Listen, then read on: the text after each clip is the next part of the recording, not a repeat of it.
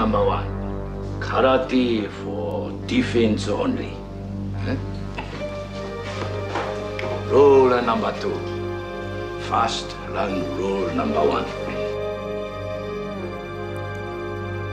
Hello and welcome to the Road to Karate Kid Legends. I look back at the beloved martial arts franchise before we experience the unlikeliest of crossovers.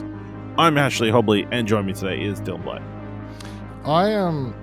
Because I only just clicked on recently because the trailer for the new one's been playing in cinemas the last 2 times I've gone, that apparently in that Jackie Chan one, they do kung fu, not karate.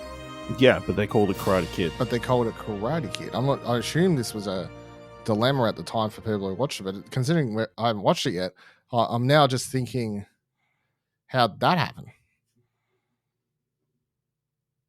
IP.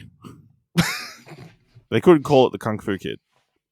Why not? Because it wouldn't be the Karate Kid. You couldn't mine the IP. Today, we're not talking about the Karate Kid starring Jaden Smith.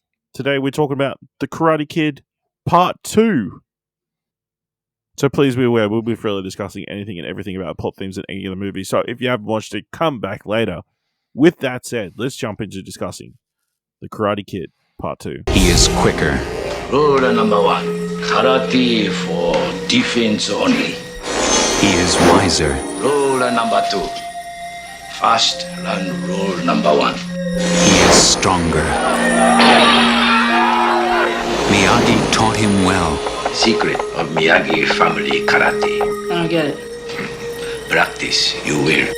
Can you break a log like that? Don't know. Never been attacked by tree. Miyagi discovered the man within the boy. Never put passion before principle. Even if win, you lose. Now Daniel must discover the man within himself. In Okinawa, honor very serious. Your sensei teach you how to fight with spear? No more tournaments. No more cheering crowds. First released June 20th, 1986.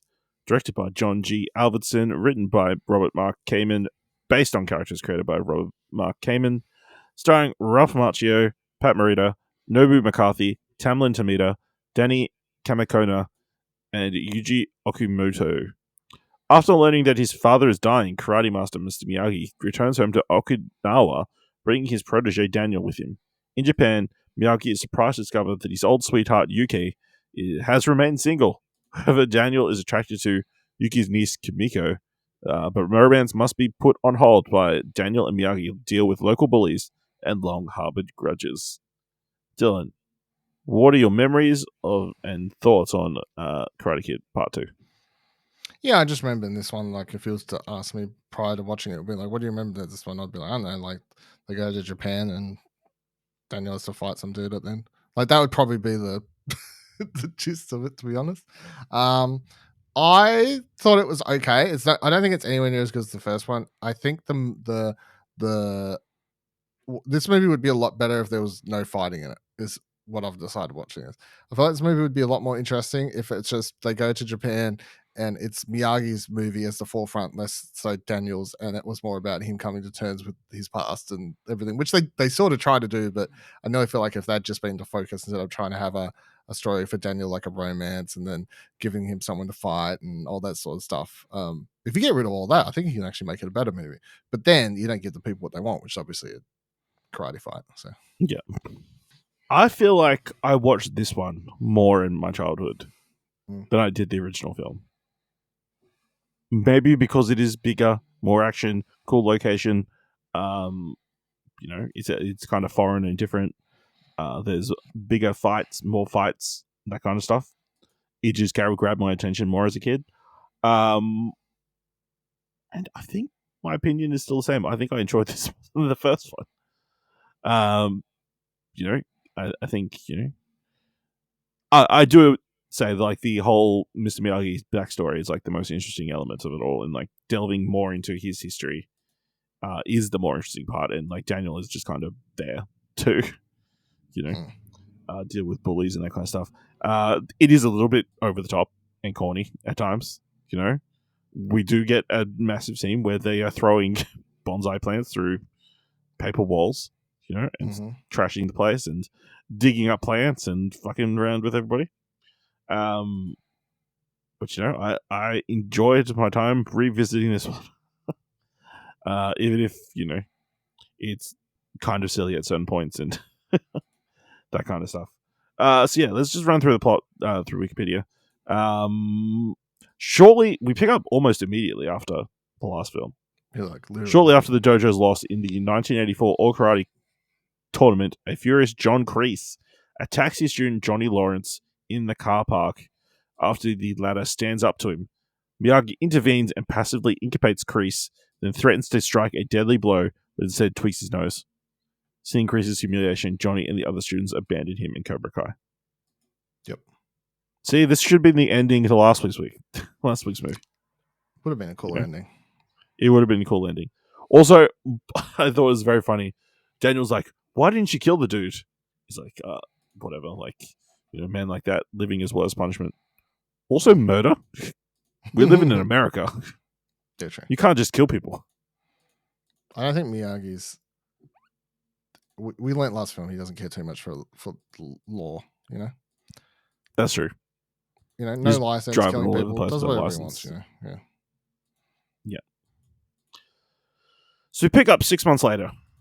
Daniel visits Miyagi after his senior prom and explains that Ali has broken up with him in favor of UCLA football player. I wonder why she Feelings didn't on come this? back. Like, obviously, it's just because she didn't come back, but I wonder why she didn't come back. I don't know. Whether it's a plot reason or we're going to Japan. I highly doubt it's a plot reason because you don't think it's we're going to Japan. We need a different love interest. Nah, I think they would have you can do the movie and it's you could have kept her in it. She comes to Japan with him. They still have the same thing basically happen. They can still go on the date. They can still have the other dude. It doesn't make it really affect anything, to be honest. It's very out of character as well that she's dumped him. Yeah, unless he's been a shitty boyfriend this entire time. No, I reckon it's just the randomness of it. It's just, also at this, maybe it's a line of thinking, because at the start he's like, "Oh, we can't leave these women waiting. Can't leave these women waiting." Was he keeping her waiting all the time? No, that's just Miyagi sage advice, Yeah, but Daniel's not taking it on, Mm. So, Daniel unfortunately is going to be going to Fresno because his mum got a short-term job training thing in Fresno. But then Mr. Miyagi's like, "Hey, build this guest room in my place and you can stay here." Don't even get to see a single scene of her this movie either. No, saving more money on the budget. Seemed like. But then Mr. Miyagi receives a letter notifying him that his father is dying, prompting him to return to his home village on Okinawa Island. Also, the postman desperately wants to bring his wife to come check out Mr. Miyagi's place. She's really into that Japanese shit. So weird. So at the immigration office, where apparently they can get 1 day passport. He came because of he's got a ticket. Yeah, he explains something. I don't know how that explains Daniel being able to get one super fast, but whatever. I assume he had a the only way it makes sense is he already had a passport for whatever reason. But yes, Mr. Miyagi tells Daniel that he fell in love many years ago with a woman named Yuki. She was arranged to marry his best friend Sato, son of the wealthiest man in the village, and fellow karate student of his father. Upon announcing his intentions to marry Yuki, Sato challenged him to a fight to the death. Instead, Miyagi left the country. Daniel decides to accompany him back to Okinawa. Where he's studying Okinawa on the plane over. Yep. Upon arrival, Miyagi and Daniel are greeted by Chosen Taguchi, who drives them to one of Sato's warehouses and reveals that he is Sato's nephew. Sato appears and demands that Miyagi fights him, which Miyagi adamantly refuses. Miyagi only fights for defense. Only for defense. Don't want to kill. But yeah, I forgot that Chosen was his nephew. I'm like, it is a little bit weird that he's picking him up in this car. And then just the nonchalantness of Miyagi after they get Also, just to add to abandoned. our discussion of that the TV show thing, Cobra Kai. Cobra Kai. When I was looking through the cast list, and I was like, "What else has that dude been in?" I clicked on his profile, and it's like, "Oh, in several episodes of Cobra Kai." I'm like, "What the fuck? How's this dude come back into the story?" Whatever. Oh well, you know, another character from this film shows up in Cobra Kai as well. So Yeah, the girl I saw as well. I was like, "What?" yeah, They get everyone back in that show. You have to- Apparently, yeah, Wild. you know, nostalgia. It's crazy Absolutely wild. for a show that, from all reports, is not really built on nostalgia. It has very much got its fan base based on the The new new people characters and introduced. stuff. Yeah. Yeah, the young characters. Yeah. Anyway, so after trying to find the village, after believing it's pretty much taken over by an American military base, because Mr. Miyagi left prior to World War II. Yeah, because then he was in the war for America. Yeah. I'm just trying to do the math. That's all. Would have been. He would have had to have left before World War II. Yeah. Arriving at the village, Miyagi and Daniel are welcomed by Yuki and her niece Kimiko. They discover that Sato has become a rich industrialist whose super trawlers have destroyed the local fish population, impoverishing the other villages. They are forced to rent property from Sato, who owns the village's land and title. Yuki reveals that she never married Sato because of her love for Miyagi. Crazy. Because then he goes and gets married to somebody else. And then they die in childbirth. Yep. Like, very tragic. She's a keeper. She is. Miyagi's father dies, and Sato gives him 3 days to mourn out of respect before their fight. His father just tried to reunite them before he dies. But Sato's having none of it. This man knows how to hold a grudge. Yeah, I love that. I'll give you 3 days or more, and then I'm going to kill you.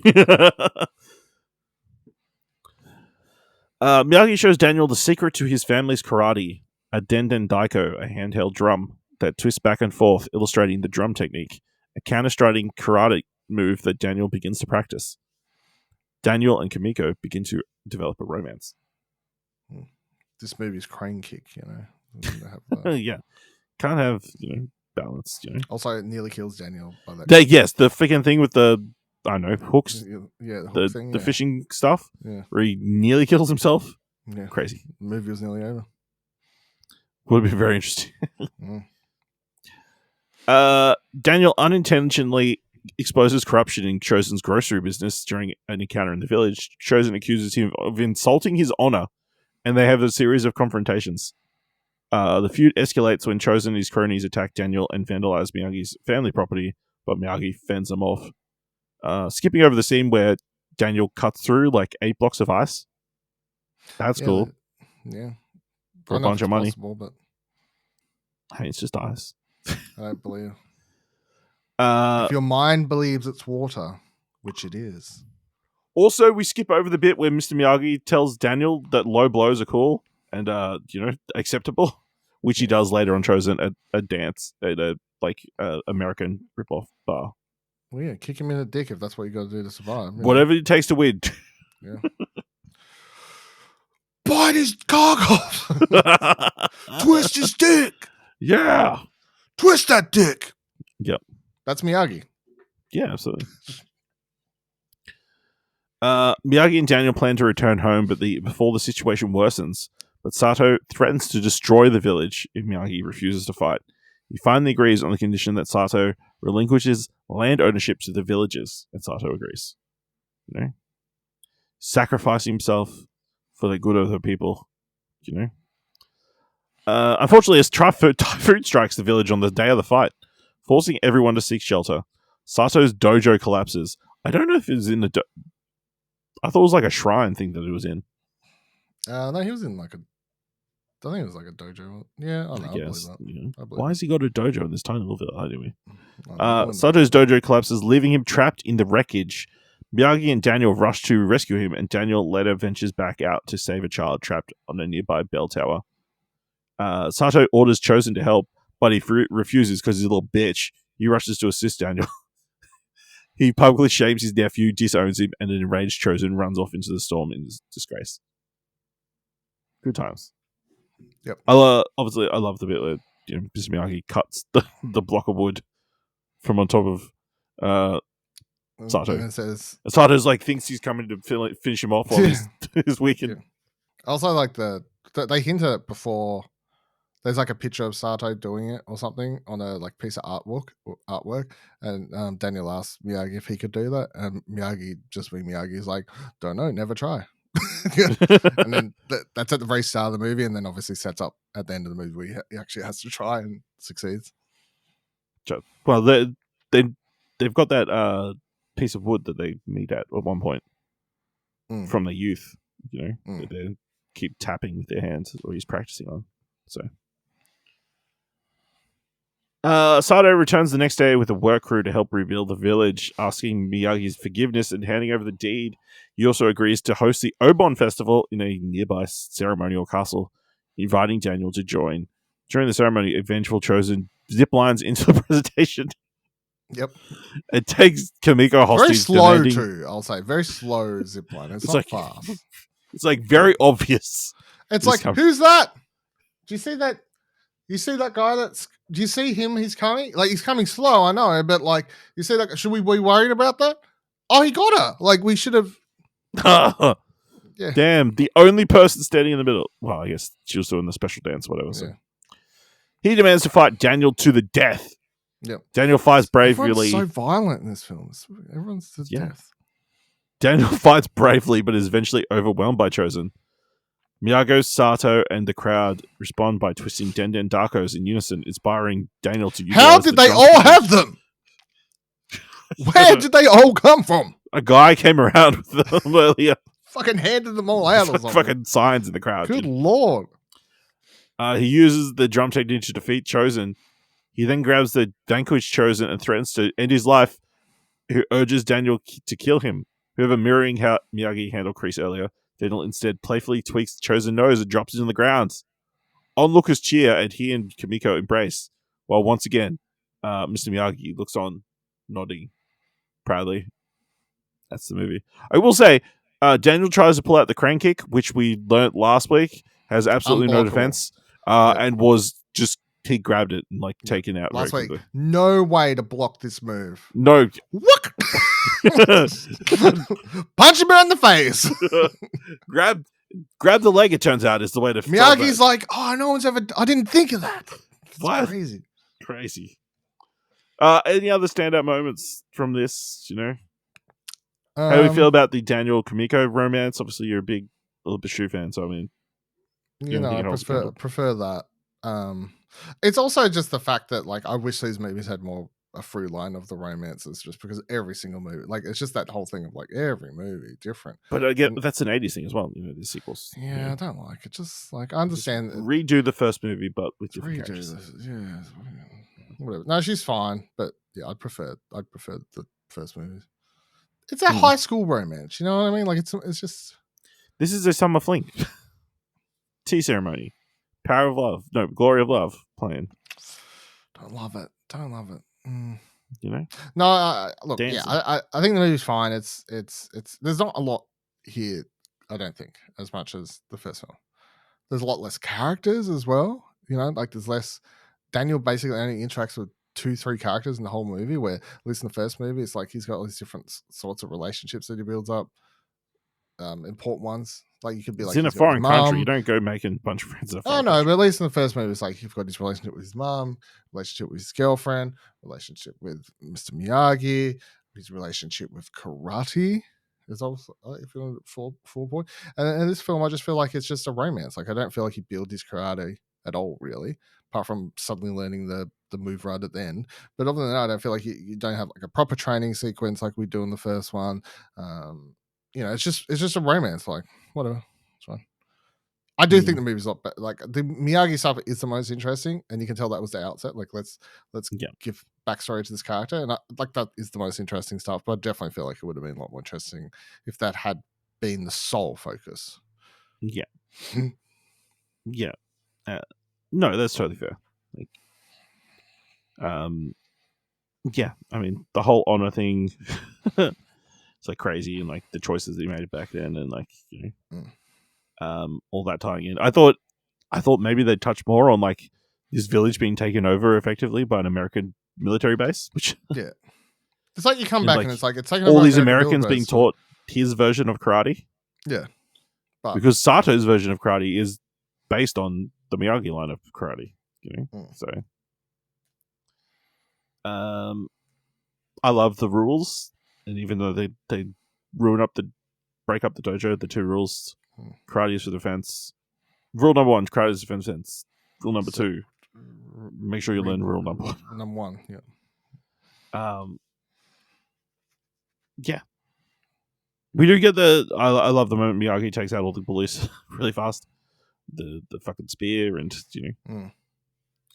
But yeah, those bullies, they're over the top. Just throwing bonsai trees all over the place. Disrespectful. Yeah. Very disrespectful. Yeah. I can't remember what happens next week what happens in the 3rd movie. I'll tell you what I remember. This was so you don't have to ask me next week when I've actually watched it. I know next week's is like the Cobra Kai comes back. The dude, the bad guy from the start of this. Yeah, but Daniel turns on Miyagi for a while. Yeah, I remember that. Like becomes very arrogant or whatever. He's like, I want to know how Miyagi leaves Yuki at this point. Well, they never cover any of that. That's not. At least from memory, they don't. So anyway, it's like, nah, my visa ran out. I had to come home. Yeah, I can't afford another ticket. Ridiculous. All right, let us know what your thoughts on The Karate Kid Part 2 by letting us know on Blue Sky at explosionnetwork.com, or find us on Blue Sky, or find us on other social media at Explosion Pod. If you want to help us out here at Whatever Watch, leave us a review on Apple Podcasts or on Podchaser. Leave us 5 stars if you can leave 5 stars, or just tell people about the show. And if you've enjoyed this episode, Thor's worth $1, head on over to our Ko-fi page at explosionnetwork.com/supports. Thank you very much for listening. Until next time, Bonsai.